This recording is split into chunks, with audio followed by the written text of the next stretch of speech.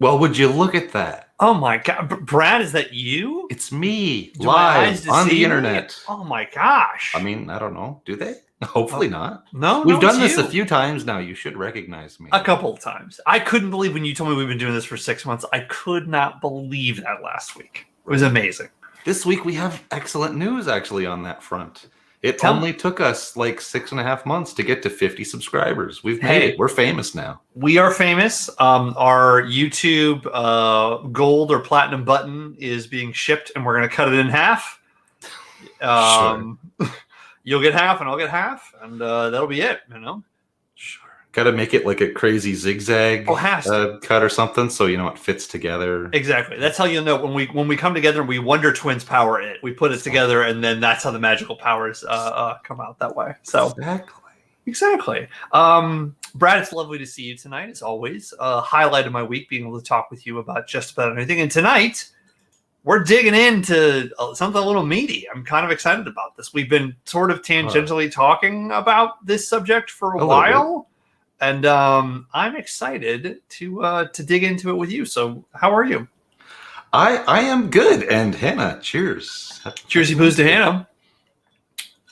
I have yet another form of Dr. Pepper this week. They didn't have I was about to say, so I'm noting. I was like, great. Bottles. Starts off with a plastic bottle. I don't think I can keep that up for very much longer. Look, there's the 1 liter ones. I guess I could go in the 2 liters. I don't think there's a lot of other. This bit is not gonna last. Brett, I am upset that I called it out. I wish I hadn't said anything because that would have just been a fun thing to constantly do to people watching at home. So. Right. But I don't know how long that's gonna last, but this week there's bottles because that's what they had. That's what they had. I like the mini bottles. We'll see what's going on. The minis are great. Minis are good. Minis are very, very good. Yeah, how's your week going? What you been doing? Brad, my week has been it's been positive. It's been a little hot here in Chicago, but not as hot as the other parts of the country. So I'm trying not to necessarily complain about it. It is the Midwest. It does get hot here, right? It's just more sticky that I don't enjoy. I don't mind the heat. I don't like the stickiness. I don't like the humidity. So that's about it. But that's why I'm drinking homemade margaritas. So nice, very nice.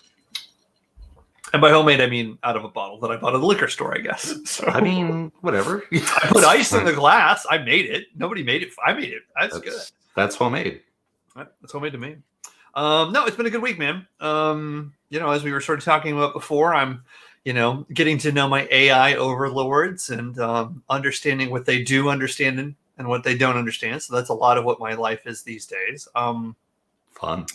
Yeah, I was having some interesting conversations with my Canadian coworkers this week. I have a career coach who is a Canadian. She's in Toronto, and I talk with a lot of different Canadians, and I'm constantly having to think about what is this a Canadian thing or is this not a Canadian thing?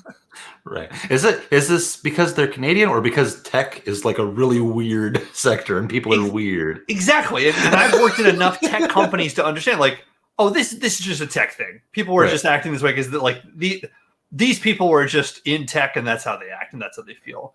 But it's been very interesting, especially being an American working at a Canadian tech company, because everyone is very complimentary towards me. They're always very, very pleased that I'm working there. And I was talking to my career coach and I said, people keep saying this thing to me and I don't know if this is an insult or a compliment. And she's like, what are they saying? And I said, they keep saying I have an entrepreneurial spirit. And she sort of laughed and she said, oh, okay. And I was like, what does that mean? And she said, in Canada, Kellen, it's all about, consensus.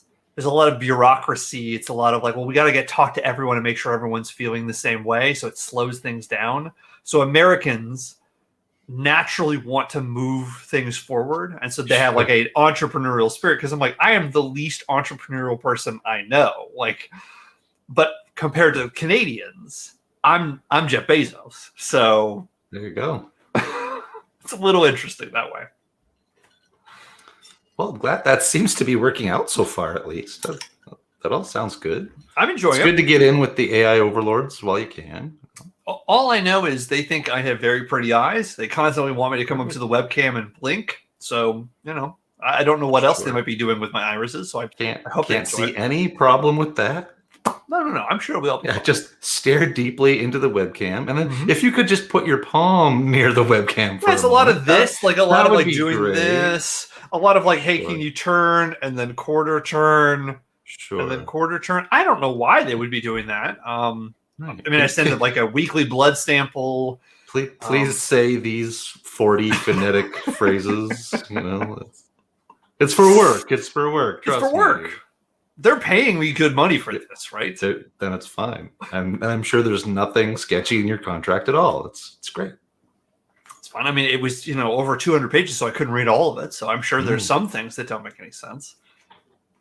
That's pretty typical tech company stuff. Pretty typical, yeah.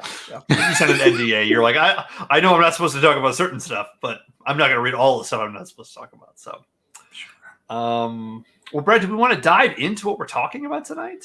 Sure. We're going to be talking about money. Money.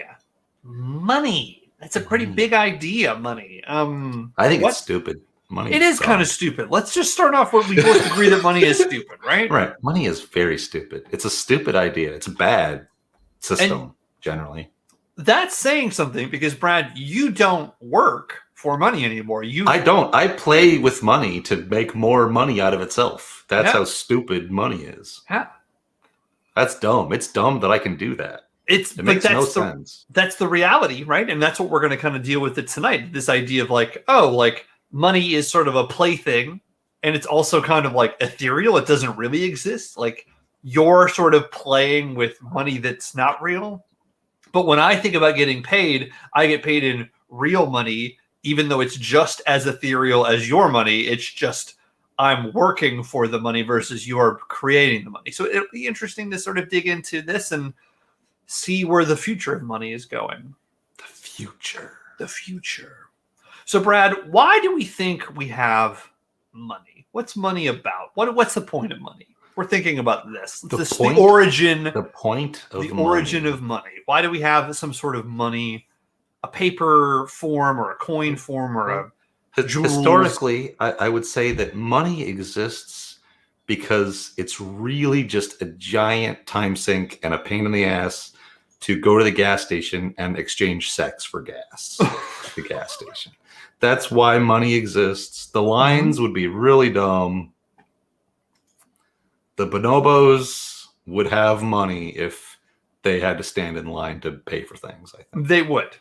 Because it would almost be easier. It's like, well, we can all have sex, or I could give you some leaves that I've drawn a face on, and you can exchange just agree that this is basically the same. It's the same thing. You can at a later, more convenient time, you can also exchange these leaves for sex with somebody else if you feel like it. That's up to you. Yes. But it's just sort of more efficient with the leaves.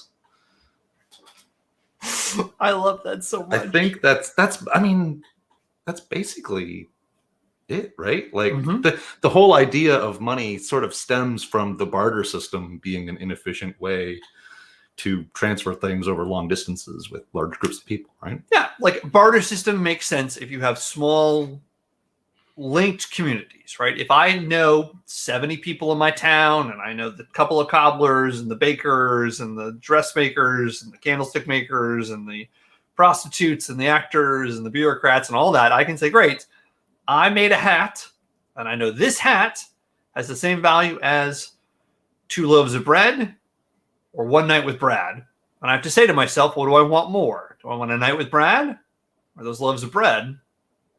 Maybe I make a hat and I go get the loaves of bread. The next day I make a hat and I have a night with Brad, right? Like that makes sense. But the moment you get populations that are bigger and bigger and bigger, or you have Brad's town in Kellenville, well, in Kellenville, a hat is only worth 1 loaf of bread and it's only worth a handy from Kellen. So suddenly we've got... Or it might just take too long to get between towns and the bread's no good. It's all crusty when you get there, Exactly. It becomes a big problem. Absolutely. I think we need to keep coming back to this sex thing, though, about you're absolutely right. That's what, the animals now in in the current state of the world today. exchange sex for food with each Mhm. other and other things, but like basically what they got is they need food and they have orifices, Yeah. and that is an exchange that happens in many species. Mm-hmm. So like why else would have primitive humans, decided to move to a barter system and then to money? You know, Like, that's for the cultural historians to figure out, Brad. Tonight we're just on a journey with the viewers, right? We're not going to solve this issue. We're simply walking down the path of understanding that the barter system works in a small capacity. The moment you get over 100 people or you're dealing with separate communities, suddenly the barter system kind of goes out the door, right? Like, and then you have this issue, and like, it's interesting. I think about this sort of gamification. I think about like, if we were going to sit down and we were going to play, let's say Civ 5 or Civ 6, right? I might have diamonds. You have horses. I want horses because I want to build some chariots. You want diamonds because you're trying to get a cultural win. Suddenly we have to figure out, all right, what is worth more? And we have that sort of exchange. We both disagree. Well, I want those horses, so I'm going to develop an army and I'm going to take those horses from you because you're not willing to take them. We can't barter in this way. And right. I feel like that's the other thing about money is another way to avoid conflict, right? If I have something and you want it, money is the unification of we're both agreeing that hypothetically these items, if it's paper or rocks or whatever it needs to be, sandwiches, right? We're agreeing that these are the ways in which we exchange goods and services so that we don't kill each other in the night, right? Like I think it's sex and violence is the key factor to like, yes. I don't want to get murdered, so I'm going to take these leaves or these little rocks with faces on them and exchange for the services that I'm providing. Would you agree? Absolutely, yeah. Okay, so we've got the barter system set up. Where do we go from here, Brad? Well, like you say, it just gets too big. Like the system gets too complicated for bartering to be efficient and understandable, and for people to just get what they want out of that barter without having to, do like that guy with the paperclip and just keep trading up over and over and over again until he bought a house. It's just not efficient. Certainly not efficient. And usually that guy with the paperclip is really dumb and like it's almost like a con man sort of situation. I think all the like I'm trading this paperclip until I get a brand new home. It's like you're just looking for people who want to get famous and be a part of your video. That's all it is. Yeah, it's very strange. So that sort of system just breaks down very quickly. Very quickly. When it gets more complicated than like I have a type of food that you want and you have a type of food that I want. Yeah. Let's just trade sometimes and then we both have some. Like that sounds cool. So then let's start to talk about like how do we start to look at how money then gets created, right? Like the initial money is in precious metals or jewels, right? Like I have diamonds, you have gold. Like that's what we're starting to deal with. And it's still sort of a barter system, but it's like, well, we're all going to agree that these coins have a certain sort of value, and the coins that I'm exchanging for services or goods are going to be worth X. Right. So it's really strange to then think about, great, I live in a country where there's lots and lots of gold, where there's lots and lots of diamonds and emeralds and rubies. Well, I happen to then naturally be rich because I have these natural resources, the same way that let's say we were looking at goats or cheese wheels as the central form of currency, right? Like it's all about the natural resources that are there. And we start to look at like, all right, well, I have more coins than you do. We've all agreed that these coins have a certain sort of value. So I get to then use my coins to use services. And then someone's going to take these coins and they're going to say, great, I'm going to exchange these coins that I've gotten from selling my body or selling my cheese wheels, and then I'll go and buy other things, and everyone seems to be in agreement that the little coins are the thing that are the value, but the coins are just imbued with value because they don't actually have value. It's all about our perception of value, right? Yes, it's a very strange societal delusion, essentially. that money has any sort of value at all. Yeah. And most of that value these days comes from the fact that governments can just enforce that value on people through pure. No, Brad, we gotta slow it down. We can't talk about the aggression. government yet. We gotta just talk about kings Sure. and I mean, that's fiefdoms a and form of government. It's a form of government, yes. No. I mean, why did we not just stay there, Brad? Why did we not just stay with the gold standard? What is the purpose of going beyond the gold standard in terms of what you're talking about a government and a centralized bank starting to influence currency, right? Like, right, if we're not going to do the barter system, we're not going to do, hey, you got a hole and I got some berries. Why did we go away from this idea of gold or a commodity being the standard of what we're looking at for currency? I mean, there's probably a bunch of reasons, but one of the big ones, I imagine, is because kings just can't like redistribute random services and bartered objects. So it has to be something that they can collect and then spend however they want instead of getting paid in chickens that they may or may not need. They need to be paid in something that they can then exchange for whatever they feel like it. Otherwise, they don't have that power anymore. Yeah. And that wealth is essentially meaningless unless it coincidentally happens to come in a form that's useful for them at that point. Yeah, it's always felt like, especially once we went into commodities, especially with gold, it was like, well, if I only have so much gold, that's only the certain amount of power. We kind of get into that when we look at crypto, right? Well, it's like if there's only so many pieces that are used to be able to play with, that's all the power I have. But if I can go into a neighboring city and take all of their gold, or I can go into a neighboring country and take all their gold, or if I can create ships and sail across the sea and look at this amazing culture that happens to have all this gold and I can steal it all and bring it back, my power exponentially grows, right? Like it seems to me that the commodity, whether it's tulips or gold or diamonds or Bitcoin, is always has to be something that you can continue to amass, or else you reach a ceiling and suddenly the, for lack of a better word, greed that allows you to get that power goes away. There's always the seeking of, I can get more of this, and the more I have of it, no matter if it's, oh, I've got $1 million or I have $1 trillion, I can always get more, which means I'm more powerful, which means I have more influence and I can do more things. And it's kind of dumb. It's right? it's very dumb, and as soon as that system gets put in place in any sort of fashion, the power imbalance grows very quickly. Yeah, because whoever happened to have the most access to whatever it was that was decided had monetary value, instantly is at the top of the hill, and pretty much stays there, sort of historically. Yeah. There's been some sort of violent uprising of communities occasionally, but generally speaking, if you happen to have been that guy that started at the top, your family is still there now.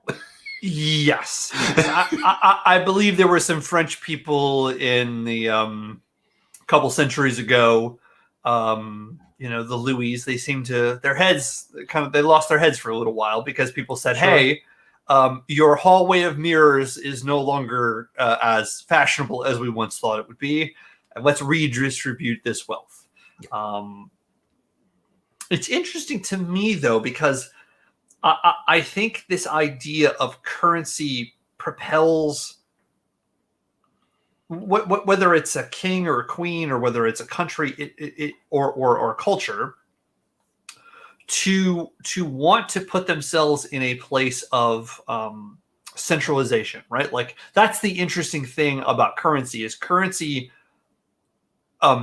We started talking about globalization as a modern idea, but it's like globalization has always been part of the deal when it comes to currency. Like you want to trade with this many people and you want to be able to say, hey, my thing is worth the same value as your thing. So we should be trading. We should be doing this stuff. Like if that was not the case, like the idea of,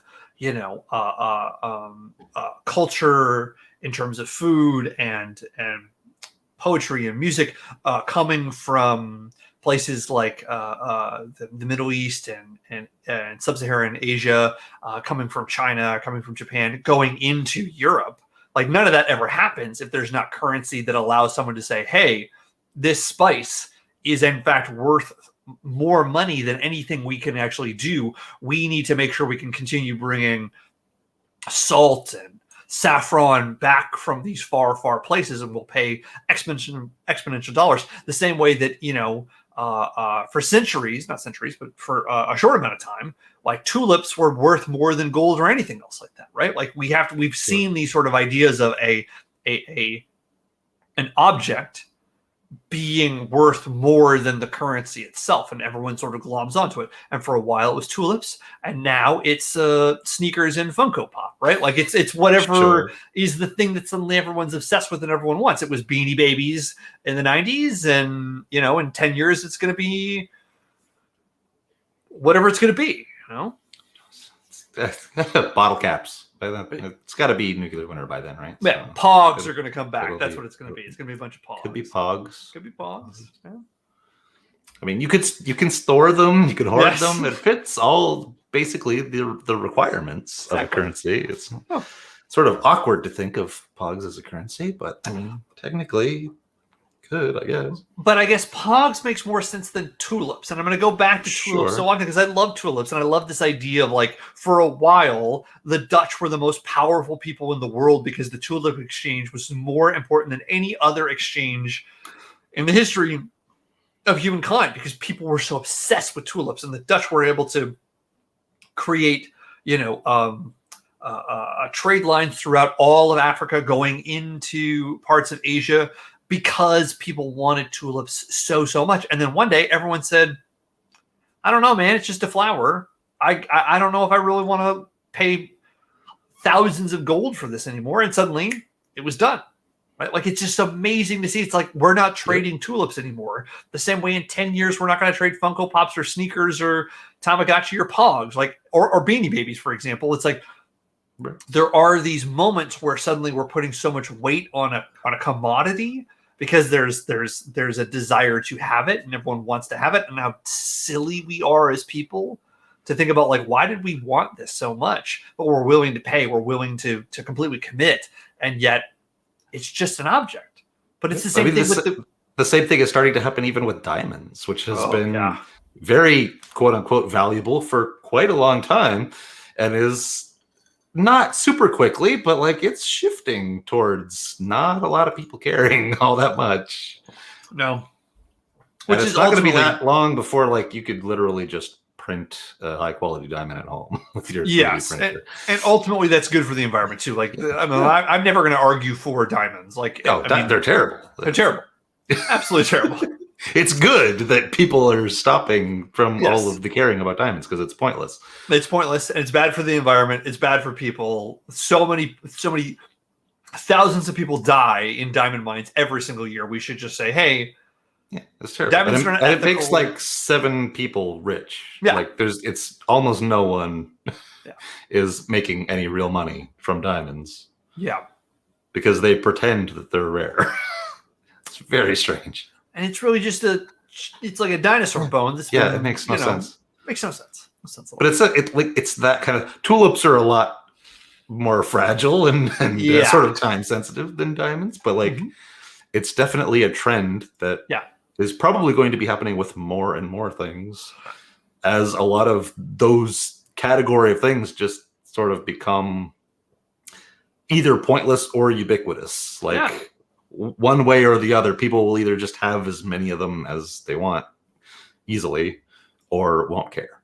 Yeah. Well, I think about something that I experienced as a child, was the sense of, during the comic book boom of the 90s, right? Of, hey, you're going to want to have a copy of the issue where Superman died, spoilers, or the issue where Batman had his back. It's okay. He comes back. Anyway. He comes back. Spoiler alert. It's fine. He's Superman. He comes back.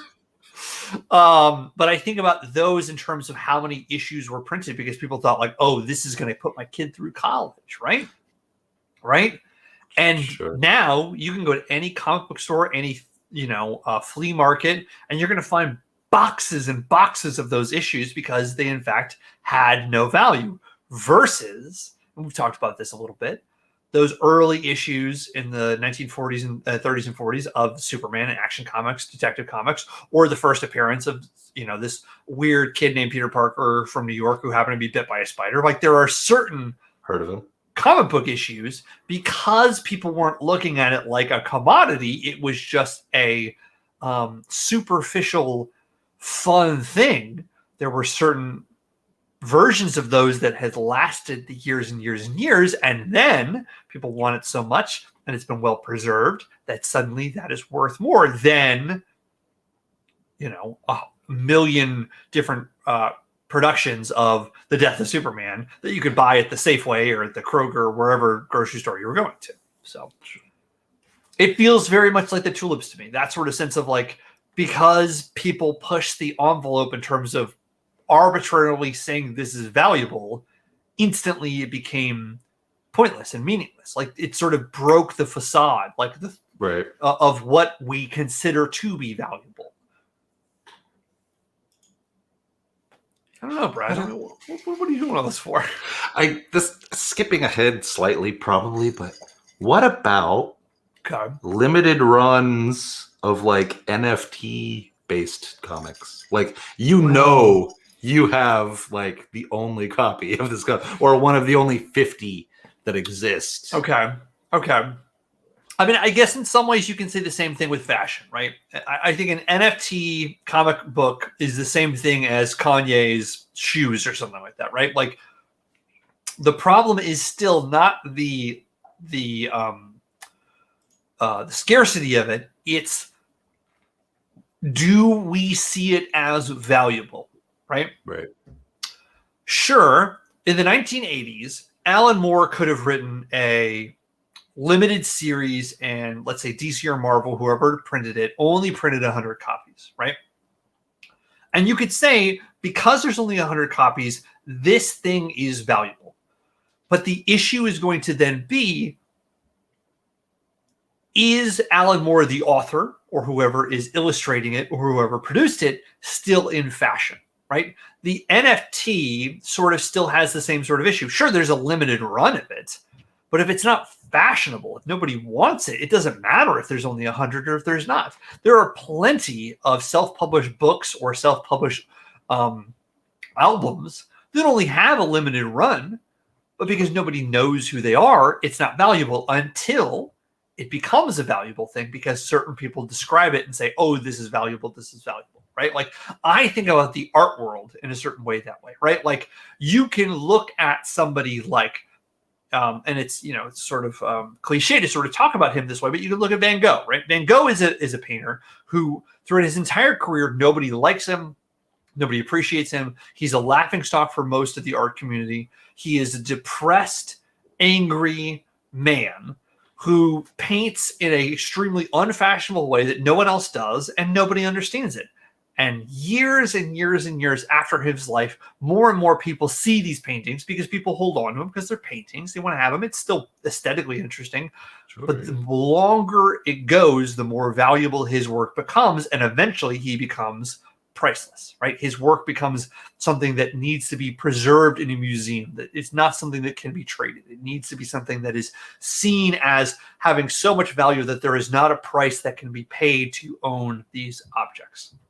Right, like, you could look at the same thing with an NFT. You could look at the same thing with a Pog or a Pokemon card or whatever you want it to be, but enough people have to be bought into it for the long term for it to actually accrue value. Otherwise, eventually it becomes passé.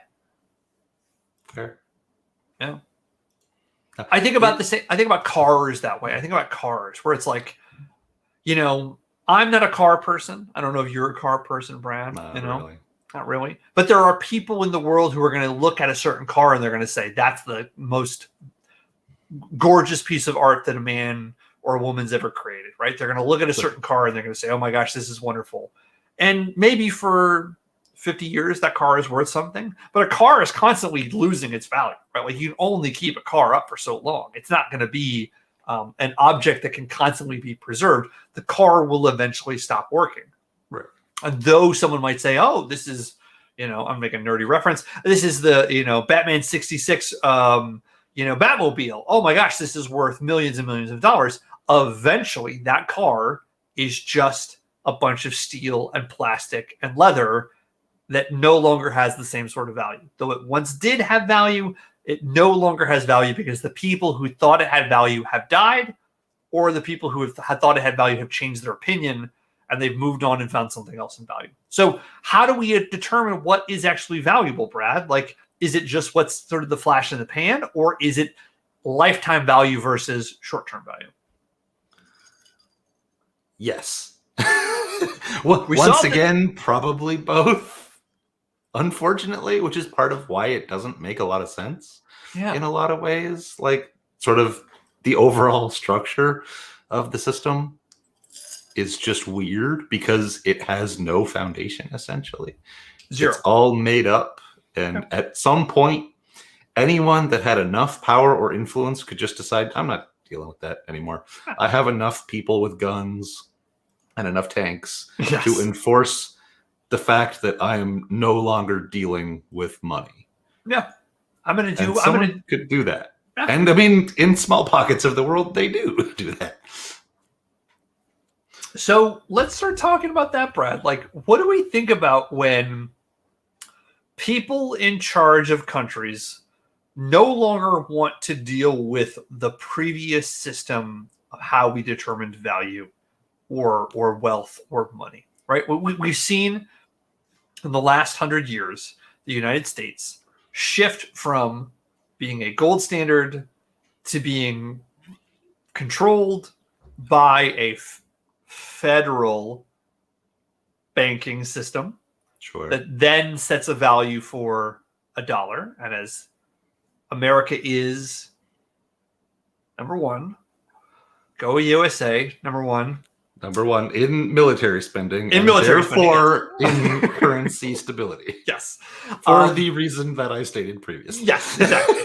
Not in anything else, but we make and we spend the most in missiles and drones and tanks and jets. And therefore, the currency is taken very seriously. Very seriously. Is there something to be said about when a country decides to shift away from what the rest of the world believes? Hey, we're all believing gold is worth X. Suddenly, the United States says, actually, we're going to go away from the gold standard and we're going to say this is what $1 is worth. And you all better catch up because we like to spend these dollars. And if you want to be part of this, you have to agree with this. Well, that will be a very interesting time. Yeah. Because, I mean, they already do that, basically. A lot. With economic sanctions and tariffs and things like, until at least somewhat recently, Cuba was kind of a problem economically. Very specifically because of U.S. intervention. And, just whoever has the power can pull those levers and change the system if they want, because the system is built on that power. Yeah. It's not built on intrinsic value of anything. No, and it's also built on a power in terms of, I mean, and we could get into. I told you, Brad, there's going to be things I'm not going to be prepared for tonight, but this is one of them that I think I'm not prepared for. Is let's think about the classic year of 2008 when the housing market crashed, right? Sure. Yeah. When we think about real estate. It's got real in the name, right? We're not talking about stocks. We're talking about real estate, right? Sure. Right? Sure. When we see the real estate market, because of what was happening in the United States, completely become toxic across the rest of the globe and create a global recession that thousands and thousands and thousands of people lose millions, if not billions of dollars. So many jobs are losses. So many people lose their homes, right? Like, we're talking about the federal government having to step in and then put on regulations, which they didn't, on how banks and hedge funds and lending firms decide to start interacting with things, right? Like, when we think about how the centralized government begins to influence currency, we see throughout the United States history in the last 50 years, deciding to use regulation to slow down capital being spent or getting rid of regulation and allowing capital to be spent in a way that causes exponential pain for almost everybody in the world, right? Like, I was about to say, is this fair? It's not fair. We both agree it's not fair. No. There's no point in saying it's not fair. It's 100% not fair. But what's the fucking point of it? I guess, like, if this is what we could do as a currency, as a people, if I can say, hey, I'm an American citizen, and what we're going to do is we're going to say dollars are worth, 3 jump rope skips. Like, is that really fair? And suddenly everyone else has to do this. Like what's the point of it all? No, it is not fair at all. Yeah. And that is an issue constantly. Even a couple months ago with all the Robinhood stock trading system with the GameStop stocks and everything. Just let's get into stocks in just a little bit, because stocks is going to take us towards crypto, right? We're just talking about dollars. Like, stocks are still, it's still a mystery, right? Like, again, when we think about an exchange is still just that. It's an idea. It's not, I'm not coming to a market and I say, I have oranges and you have pigs, and I give you this many oranges for this many pigs. Like, it's very, very different versus like saying, hey, I've got a piece of paper that says I'll trade you this many oranges and you trade me this many pigs.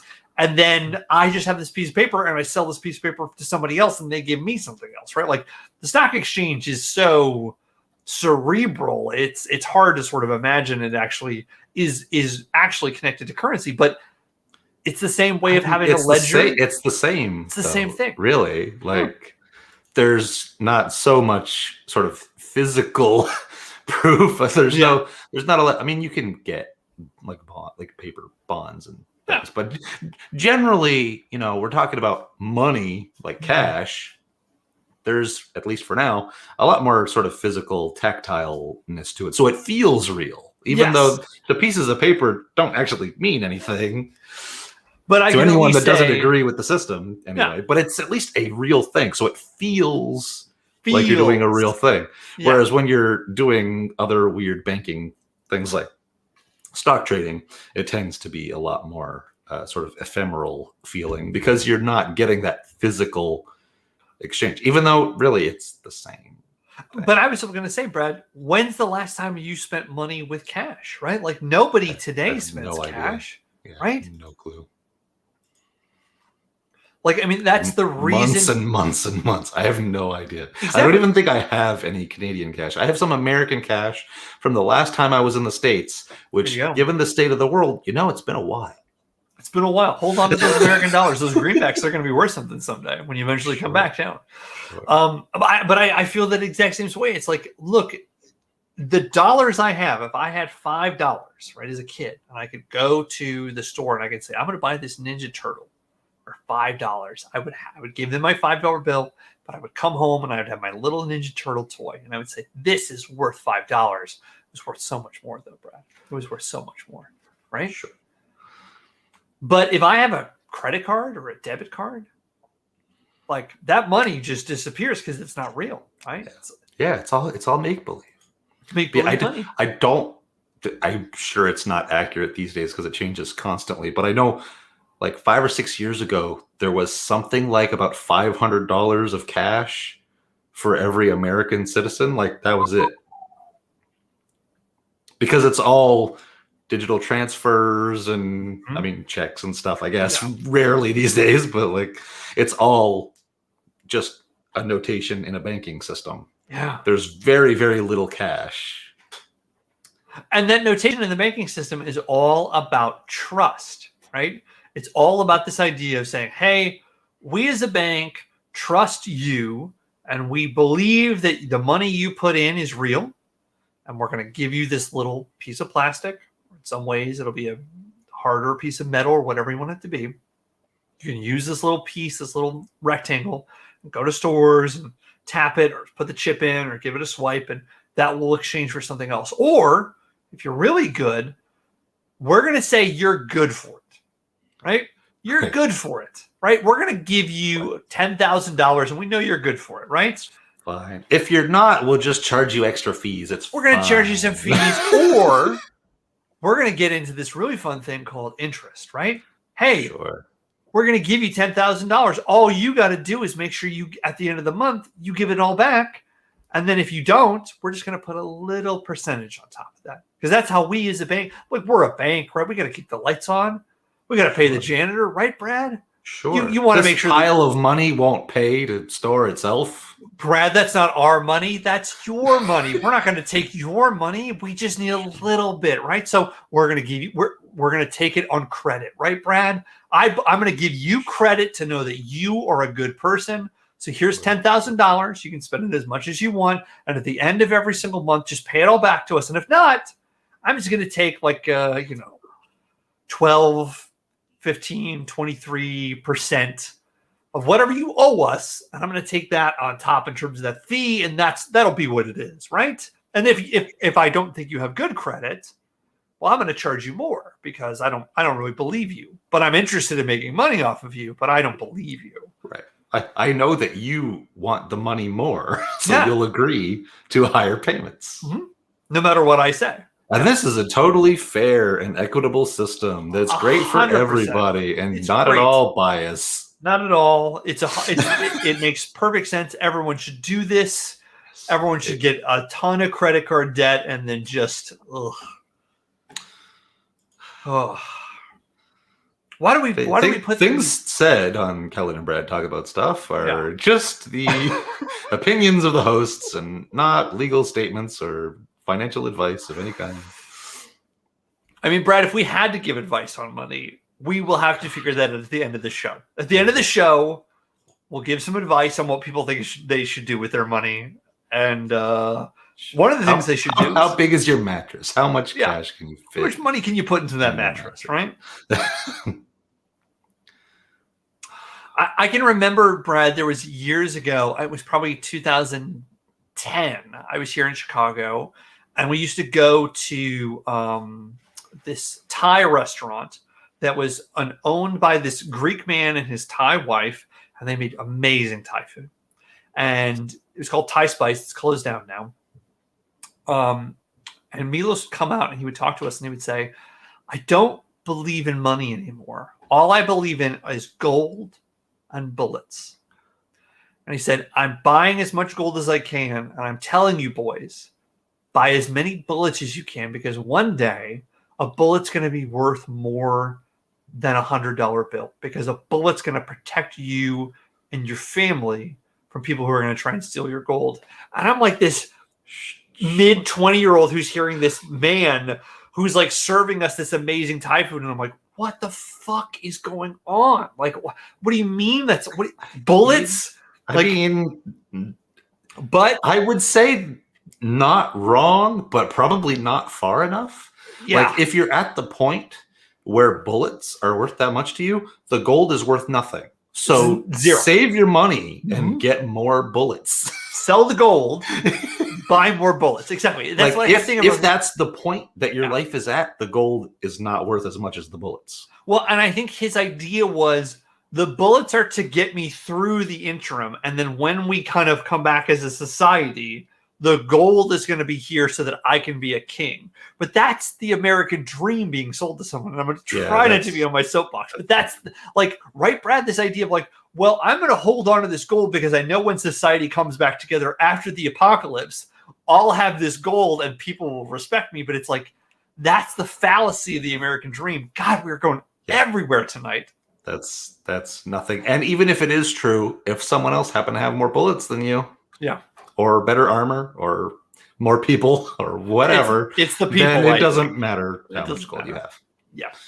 Which is sad and disturbing in many levels. Yeah, but it is kind of what it is. Yeah, it really is, and it is sad. It is extremely sad to think it's like you could have all the bullets in the world, but if someone happens to have something that in fact is better than a bullet, or happens to be able to deliver these bullets in a quicker fashion, like it's all about technology, and it's all about a race to something, which is where we start to get into like the stock exchange, right? Like the old school stock exchange or the old school idea about how technology has influenced currency has been it's about manpower. And now it's not about manpower. It's about who has the better technology, which is scary. Very, very scary. It's so weird. So, Brad, when you decided to retire and you said, well, I've got this, mound of gold in my basement. I can sleep on it as much as I want. I can Scrooge McDuck dive into it. But not super comfy. I wouldn't actually, a swimming pool of gold coins, I would not recommend. That's not going to move. You're just landing on a big pile of metal. It's not, that's not even flat. So like that would hurt. It would hurt. But if you were a duck, Brad, you would dive right into it. If you're a cartoon duck, you can just ride that wave of gold coins. Makes total sense, physics, whatever. It makes perfect sense, Brad. It's a talking duck. Me and my pile of gold that I definitely have hidden in the basement. You decided, hey, I'm going to get into this idea of trading ideas. I'm going to spend money on this concept. Yep. And then I'm going to take that concept and I'm going to give it to somebody else and they'll give me money for it, right? Sure. That's basically what the stock exchange is. Basically. Yeah. It's the stock exchange is just a horse track. It's a racing track. That's all it is. It's just I know more about technology companies than I do about horse racing. Sure. So I play the stock market instead of going to horse races. But it's essentially the same thing. Sure. Yeah. And play is the right attitude, right? Play is absolutely. Is it's gambling. You just because you can be good at it doesn't make it not gambling. Yeah. Yeah. Ask any professional poker player how often they have to play poker to make sure that they come out positive. Like, just because people make money at it does not make it any less gambling than any other form of gambling. It's just a different information set. Yeah. So let's kind of talk about that then. Like, what within the realm of what you do, how much of it is a safe gamble and how much of it is a risky gamble? Then it's always gambling, right? There's no guarantees, right? Sure. I would say personally, I go pretty safe generally. Yeah. When there's a lot of chaos expected with one of the companies that I'm familiar enough with to be comfortable trading their stock, then I'll be a little bit more risky sometimes just to try to beat the market a little bit and boost up the big bag of money, because the more money you have, the more money you can make, which is an unfortunate consequence of that same power structure that we're talking about. So, anytime you can kind of beat the average growth of the market, then you have a bigger pile of money that you could then make more money off of in even safer ways. So generally, I play it relatively safe. I have a wife and kid and no job, and I don't want to get a job again. So, I try not to be too risky. Sure. But now and then, it's worth it to add a little bit of extra risk if I think there's a decent shot that I will make out. And it's worked out more often than not so far.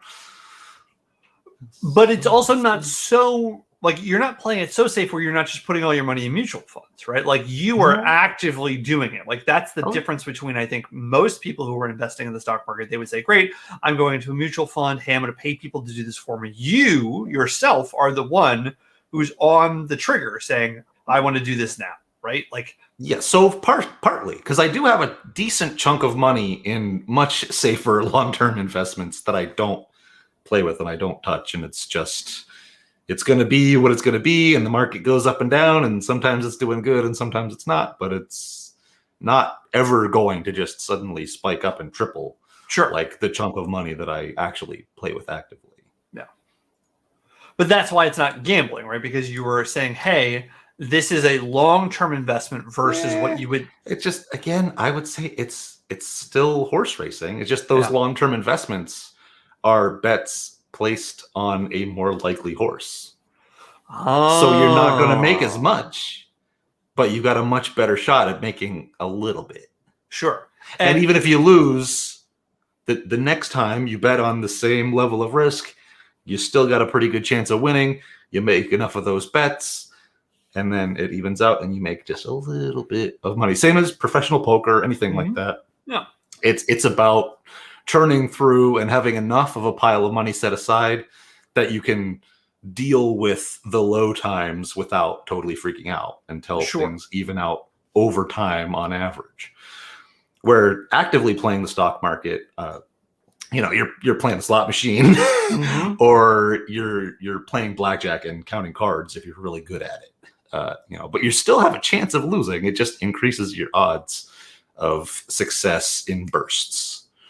So let's expand that concept of a casino, though, right? Like, if I walk into a casino, I'm not walking into that casino as me, Kellen Terrett, thinking I'm going to walk out of here a millionaire. I'm walking into the casino the same way I walk into Disney World, saying this is about having fun. And if I don't spend money here, I'm not going to have fun, right? That's the sort of I have to remove myself from some of it to say, like, hey, for me to have fun, I have to engage with the game, right? Sure.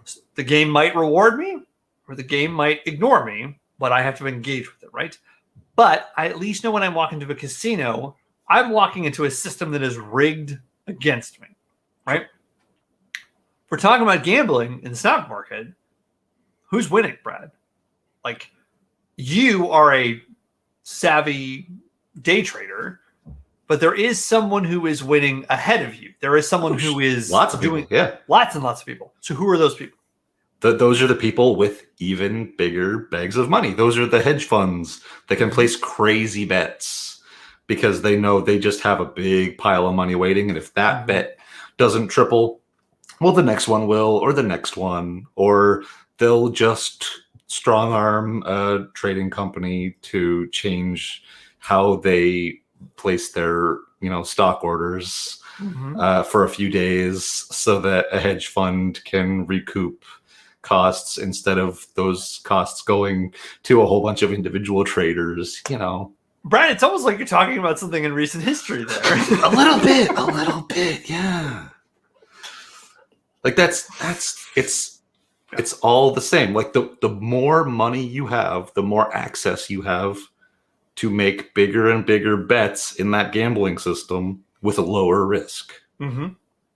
If you're the size of a hedge fund or a really large corporation that can afford teams of lawyers for things and stuff like that, you have a lot more access to just fuck with the system. And if it works, great. And if it doesn't, you sue some people and you recoup most of your costs anyway.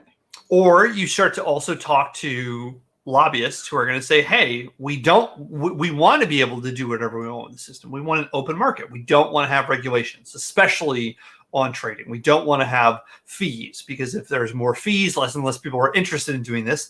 And the more interest people have in doing it, and the easier it is, and the more accessible it is for people, the more money is going to be coming into the system, right? And the more money is coming into the system, the better it's going to be for us, and the better it is going to be for those few people who play the system in the right sort of way. Sure. That's the same system again, because there's only a handful of people with bags of money big enough to accommodate huge, like multi-billion-dollar, trades, or even trading literally entire companies and whole industries, essentially. In some cases, like 4 people own the entire oil industry. And then the more people sort of in a lower tier than that you have in that system, those people are feeding into that big bag of money. It always flows up. I do very well, but a chunk of what I make goes to services and companies and people that process stock orders or maintain investment portfolios, and it just trickles upward.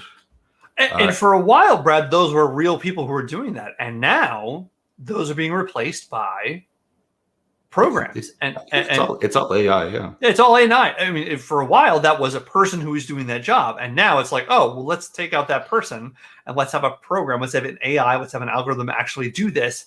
And that will make us more money, because if we're not paying someone to do this and we can have, a bunch of ones and zeros doing it, then this is going to be even better for us in the long term. And it's usually better at it than the people.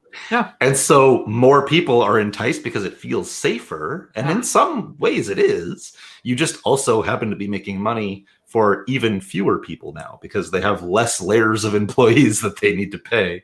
Yeah. And it's just all going to the higher ups or a larger chunk. Or stockholders too.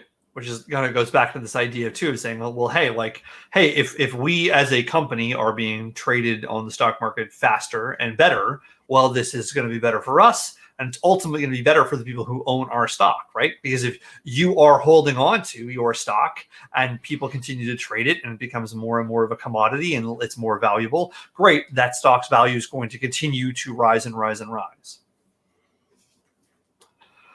Yeah. So, Brad, let's say we were a bunch of, academics, and we're sitting around and we're looking at this and we say, there's gotta be a better way, right? We're looking at the stock market and we're saying, great, I've got a ledger. Brad owes me $30. I owe Brad $20. And we got this ledger and we're consistently looking at the ledger, and it's about trust. Sure. Right? Now, Kellen, I do have to remind you that a few months ago, you claimed not to be Satoshi Nakamoto. I am not Satoshi Nakamoto. I will continue till my grave to say I'm not Satoshi Nakamoto. Okay? I am not that person. It sounded like a pretty familiar story. I'm just saying, Brad, hypothetically, if a bunch of academics were sitting around saying there's got to be a better way, and we're looking at a ledger and we're saying one of the issues with the ledger is I have to trust these things, and we also all have to buy into this idea. If we could all, let's say you have a ledger and I have a ledger, and we both could say we're both taking the notes, but whose ever notes were the best could then determine whose value or what was happening. Like, we could, in fact, get away from this idea of a centralized government who can shift the value of the money, or we could even get other people involved in doing these maybe complex computations about having to create a signature that's connected to the value of whatever the exchange of money could be. If only there was a better way, Brad. If only. It's a real shame that is entirely made up. Yes. Well, folks, thanks so much. See you later.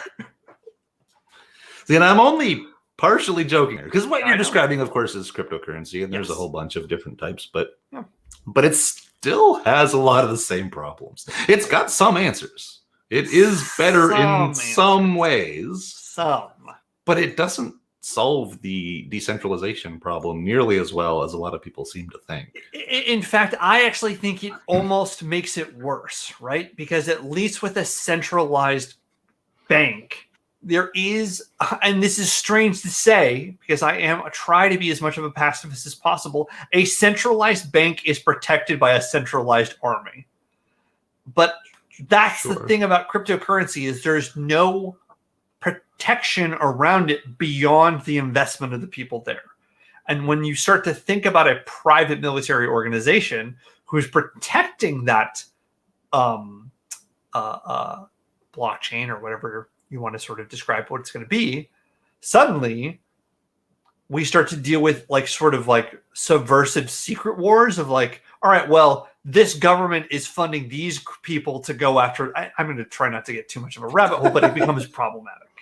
It definitely does. It comes up against the same sort of problems that Tor has that I talked about, a month ago or whatever, where if you put enough resources into it, you can essentially control enough of the system that even though it's not centralized, you can still control it. Yeah.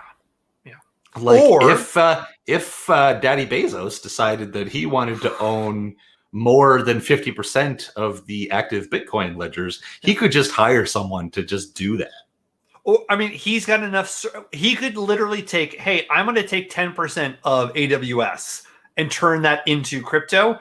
Right. And tomorrow he would own it. It would be the top Bitcoin ledger instantly. And then that would be the one that people are making connections to. And that would be the true ledger at that point. Yeah. And unless you somehow got more resources to take that over again, he could control that, or just decide to do a bunch of transactions and then shut it down. And it's just, there's a lot of problems. A lot of problems. So, Brad, is it worth us navigating, explaining how cryptocurrency works for people? Because I feel like we can sort of dumb our way through it, because there might be people watching who are like, I know what a Bitcoin or a Dogecoin or any sort of coin is, but I don't understand how it works. And I hear the term blockchain or, cryptocurrency being used, but I don't necessarily understand what that means beyond it is a abstract form of currency, which most currency today in modern society is. It just happens to be entirely digital instead of mostly digital. Yes. Is it worth going into this, Brad? Is it worth sort of? I mean, we could do like just a super, super quick, dirty version. Like it would take a long time to fully. Let's do the dirty version, Brad. Let's lay it on the dirty version. Can you give yourself a time limit and see if you can explain it in like 3 minutes, 5 minutes? Oh yeah, sure. That's easy. Bitcoin's the main one. So basically, it's a bunch of computers that are on the internet that can talk to each other to decide how many of them agree with the big long list of transactions that goes all the way back to the beginning of when Bitcoin was created. And that's the ledger, right? That's the ledger of saying like these are all of the transactions that have ever happened. All the transactions, and it's cryptographically sort of enough creative math that for now the AIs haven't been able to crack it. So we can trust the ledger, at least mostly for now. And every transaction you do to it, it just adds to the ledger. There's no deleting anything from the ledger, so you can't, pretend to do a transaction. There's no stealing transactions unless you control enough of those ledger nodes, I guess, which is the problem we talked about. And you can actually create it if you have computers or video cards these days strong enough to just churn through abstract math enough that you randomly get lucky, which is, again, it's kind of gambling again. Yeah. But with electricity, it's weird. Mining Bitcoin or any mineable cryptocurrency is just a very strange concept, because you're just doing a lot of fast math and hoping that you get the answer before someone else does, because all of the ledgers will just connect and update and know who has those Bitcoin. Yeah, so that's the concept that I think a lot of people don't understand. When we think about mining, the mining is not necessarily creating coins. The mining is creating the ledger, and the ledger needs to be the most up to date, and whoever has the most accurate ledger is the winner in that moment, right? Yeah, which is really awkward. Right now it's working out mostly because no one with enough money or computational resources has decided to take over, at least knowingly. I mean, I guess technically it could be creatively anonymous. But essentially it's just a digital way to prove that you have a certain number of Bitcoin, which again has no more or less value than any other currency. People have just decided that it's worth it. But the Bitcoin is worth it. It's worth it because again, we go back to the tulips or the Funko Pop or the Pogs or anything else. It's because there's only so many. There's a limitation to the amount of Bitcoin that can exist, right? And so because there is a limitation on the Bitcoin, the value of the coin itself, because there is no centralized government, there's no way to tax Bitcoin, there's barely any way to track it. It is a way to exchange currency that is, despite the fact that there is a ledger that will forever, as long as Bitcoin will exist saying, hey, Brad gave Kellen 100 Bitcoins for, back of his BMW van hand job 2 thumbs up would do again, right? Like Sure. that's the thing it sort of exists. Because there's only a limitation on the amount of Bitcoin, people want it more, and it continues to flux because, well, Dogecoin or another coin shows up, or suddenly people are not working on it so much, or a government decides to crack down on the amount of people who are mining Bitcoin. So suddenly there's not as many computational people, computational like units doing the math, which suddenly tanks the crypto market. It's just incredible to see what is happening with this form of currency that's supposed to be completely deregulated and completely free of all the normal currency that is even more subjugated with issues like this. Yeah, because it doesn't have the pretense of being a real thing. It started fake. Fuck, that's so goodly. That's so perfectly said, Brad. God, that's so good. It's so goodly said. It's so goodly said, Brad. Brad, that was excellently said. So goodly. Fantastic. Yeah, like it doesn't even have the sort of origin story of being a physical tradable thing, right? It's all pretend. So there's no kind of baggage, I think, with a lot of people with it. Yeah. They might as well fuck around because it's all made up anyway. Yeah. It feels like nihilistic currency, right? Like because the people who are really good at it understand that it is, as I said before, ethereal. They understand that it doesn't exist and that it never will exist, that it almost doesn't make sense to take it seriously. It doesn't make any sense to actually be invested in it. It makes sense to more think about this as like, all we're doing is throwing fire back and forth. And if somebody gets burned, well, it's because they held on to it too long. Like the idea of storing and hoarding Bitcoin makes no sense. It makes more sense to constantly be using and trading it because you never know when it's going to suddenly have no value. Hence the reason why it feels like it continues to snowball and get bigger and bigger and bigger, because people are looking at it that way to say, like, I have to trade this because I can't hold on to this because tomorrow it could mean absolutely nothing. Right. Sometime next week, the inventors of Bitcoin, whether it's a person, a group of people, a corporation, a government, whatever, whoever has those first bunch of Bitcoins will sell them. Yeah. Become the 6th or 7th richest person on the planet, and Bitcoin will be worthless because it will crash overnight. Yeah. And that could happen any minute. Any minute. Or it could never happen. Yeah. I also want to say, Brad, that there is something too about, and this is what I think is so silly about cryptocurrency is, sure, we're looking at Bitcoin, but it's super easy to say, great, this is Dipcoin, or this is Flipcoin, or this is Dogecoin, or this is something else, and take the same idea and the same principle and just say, no, this is a different sort of thing. And it's like, well, suddenly, this moment that we thought, oh, well, this is value, all we're doing is copying and pasting and creating a brand new form of cryptocurrency that more people can have access to. And suddenly, crypto becomes sort of like confrontational with other crypto, where it's like, oh, is it Bitcoin or is it Dogecoin or is it something else? Or it's like suddenly now we're looking at pounds versus dollars versus loonies versus something else. And it's like, it's all of the same problems. And there's no centralized way to say, well, this is worth this and this is worth this. And we have this sort of bifurcation of what currency has always had a problem with. Right. There is absolutely nothing stopping 2 weirdos broadcasting live on YouTube from starting their own cryptocurrency right now, should we choose to do that over the next 5 minutes or so. Which is why, folks, if today, you who are watching right now, PayPal Brad and I, X amount of dollars, you can get, what is our crypto coin called, Brad? No, we could have it mineable. They could mine it themselves. Mineable. Boy. Okay. Or we could do like a token instead of a coin and have it like sit on the Ethereum network or something. Yeah. But we could create that in the next 5 minutes if you felt like doing that, Kellen. Brad, let's do it. Let's get into it. All right. Do we want to do a token or a coin? I think it's a token. I think it's 100% a token. I think a token makes so much more sense.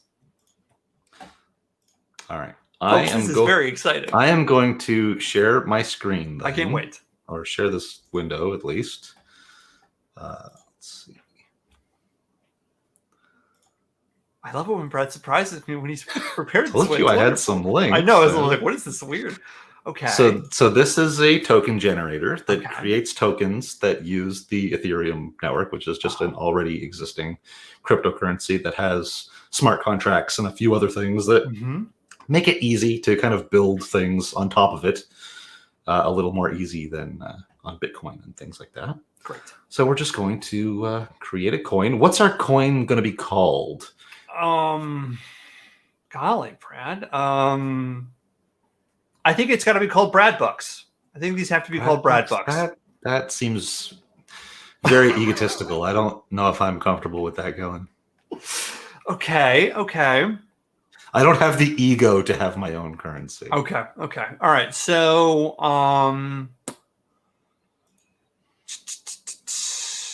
it's got to be something that unites us. What if we call it Big Bang Bucks? Oh, sure.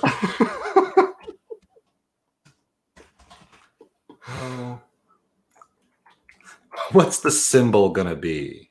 But something between 3 and 5 characters. 3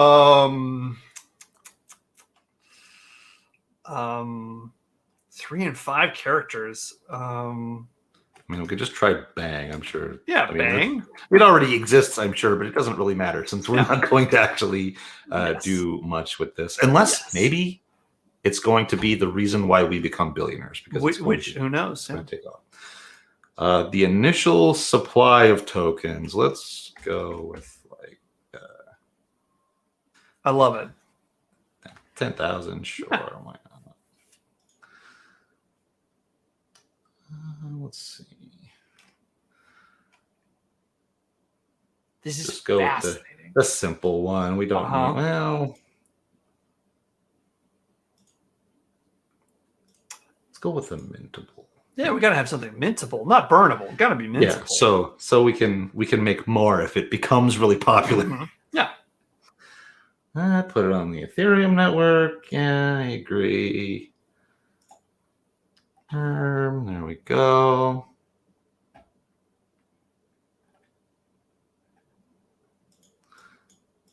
Oh, you know what? I don't know if I have enough Ethereum to pay the fee for that one. Currency. Yeah. We can make this happen. We can make this happen.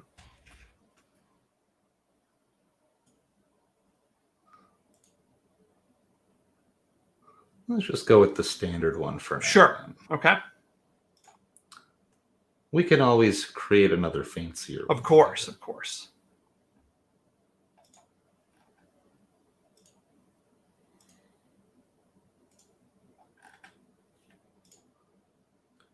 All right. So that is confirming. We made a transaction. Didn't take too long, but we're creating our cryptocurrency. Brad, does this mean that people who are watching our show, our 50 subscribers, could potentially go onto the Ethereum network and invest in these Big Bang Bucks and use them and trade them on the market? Yeah, I'll get links and everything once it fully creates to get that out, and we can send Big Bang Bucks to people. I love this. Do all kinds of stuff. I love this. We should send some Big Bang Bucks to people who have been supporting us as a gift, as a token of our appreciation, Brad. Absolutely. People are gonna be like, "This is just cranking away." I think this might take a minute, but it should. What is this? Oh yeah, people don't need to see this. They're good. So anyway, it's in the middle of being created, but I'll put links and things into show notes so that people can find it. Brad, I love it. We have a token now. We have a token, and guess what? Aerith Girl just showed up, and she's here watching this. Seeing us create this this lovely cryptocurrency. I'm pleased and very, very happy with how we've handled all of this, Brad. I think we've done a very good job explaining and navigating the odd idiosyncrasies of currency and kind of talking about how all of it doesn't make any sense and how it's all just sort of a game. It's really stupid. It's very stupid. So dumb. It's very, very stupid. Brad, is there anything we can talk about currency to give there we people... go. It just verified. So it exists. Big Bang Bucks. That's how fast it is. Triple B. People are going to get excited about Triple B. It's going to be awesome. We're going to be rich. Rich, baby. We're going to get rich. We got 50 subscribers, so we're famous. Yeah. Next up, rich. Rich. Brad, we have been a little, I wouldn't say hopeless, but we haven't really given people a lot of things to feel good about it beyond saying invest in bullets. Sure. Or you having more orifices than the person next to you is going to mean you're going to get more berries than them. What can we tell people? Is there anything that we can tell people to make them feel better, to help them to help them kind of get through it? Like, I'm trying to figure out, like, how do if somebody watches this in the future, right?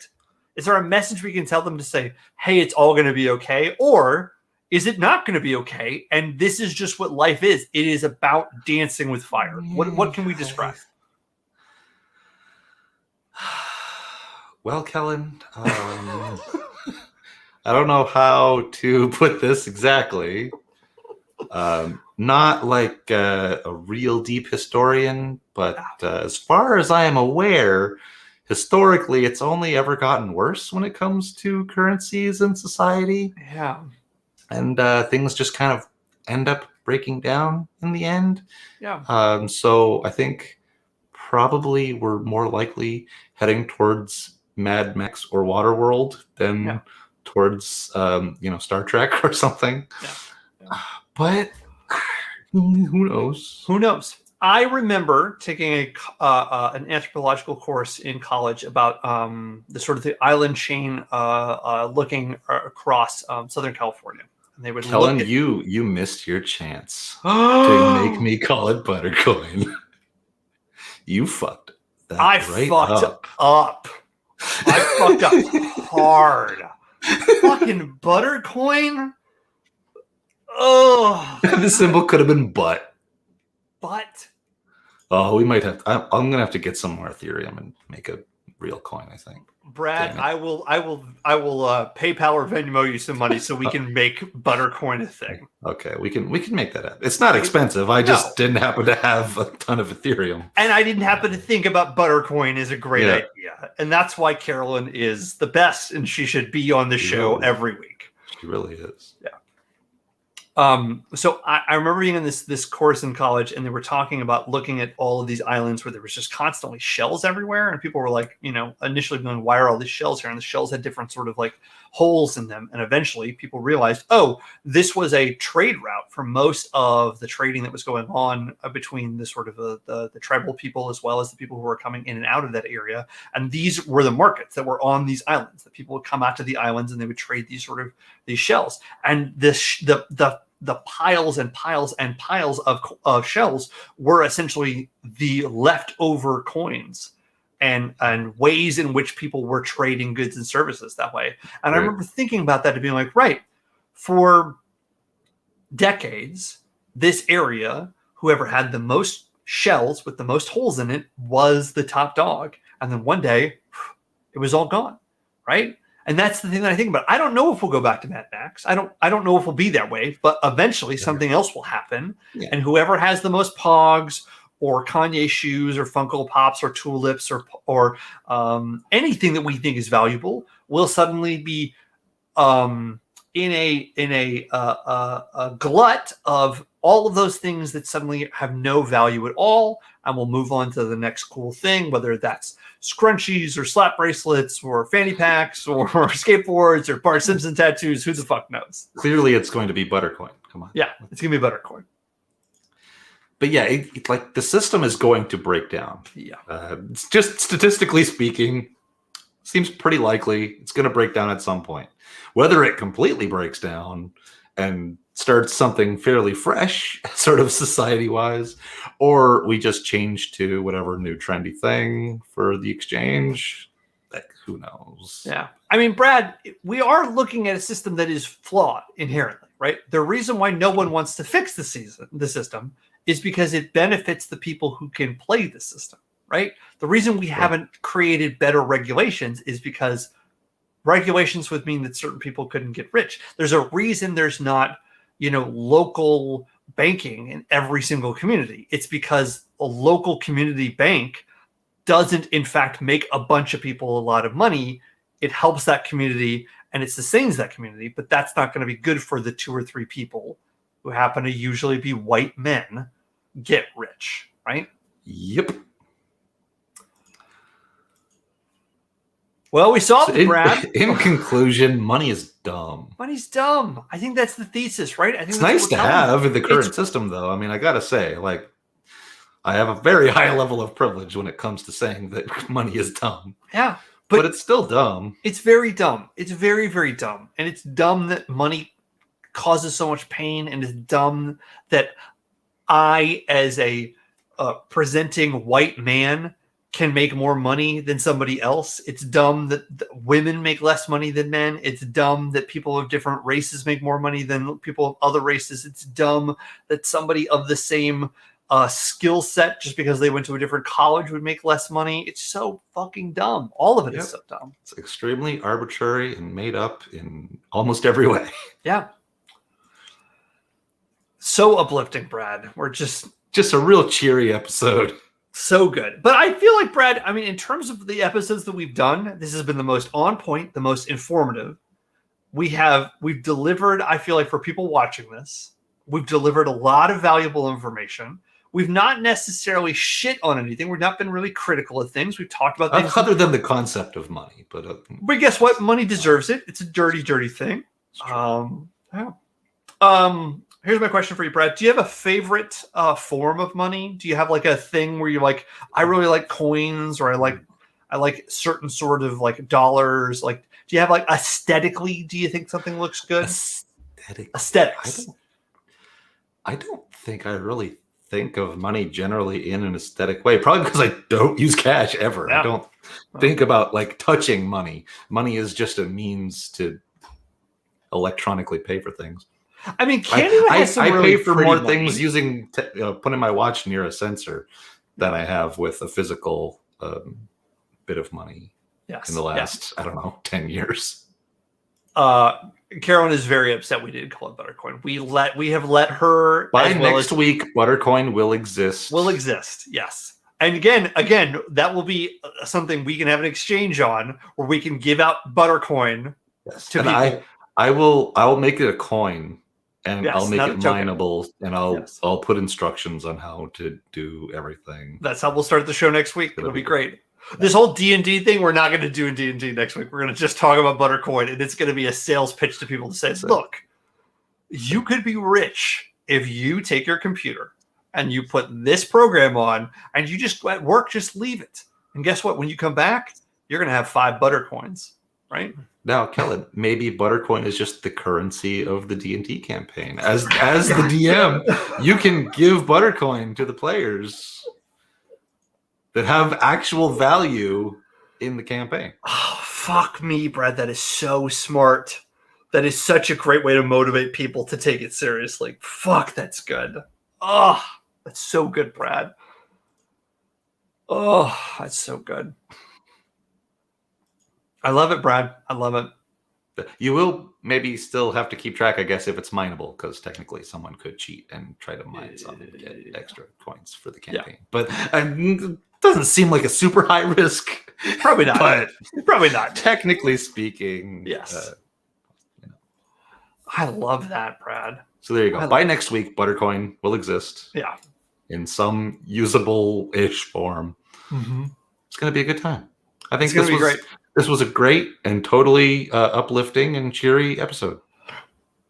I'm impressed, Brad. I think we've done a great job. The next, I have no idea what the next deep dive is going to be, but the fact that we were able to speak for an hour and a half and talk about currency and keep it salient, keep it entertaining.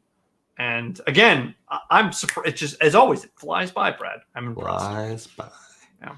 All right. See you next week, everybody, for whatever random nonsense we talk about. I'm assuming. I don't Who know. knows? And probably to talk about Buttercoin a little bit. It'll be good. Buttercoin, number 1. See you then.